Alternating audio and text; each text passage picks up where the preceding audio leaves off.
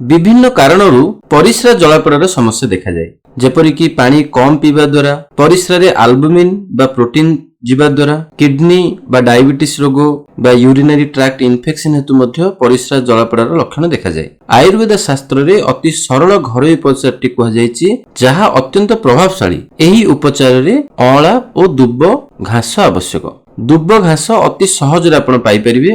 भल भाबे दुब घास को सफा कर दियंतु। दुब घासर रस बाहर कर दियंतु जेपरिक 2 चामच दुब घास रस बाहरिबो। अळा रस 15 ml सह दुब घास रो जो रस 2 चामच को मिसाई करी दिन को 2 थर खाली पेट रे व्यवहार करंतु। एही उपचारटी परिस्रा जलापड़ा समस्या रु उपशम देबारे सहाय्य करे। एही उपचार सह खाद्य रे काकुड़ी बेल मिश्री आखु रस एहार व्यवहार करंतु। ता सह पानी जातीय खाद्य और पानी रो प्रचुर मात्रा रे सेवन करंतु।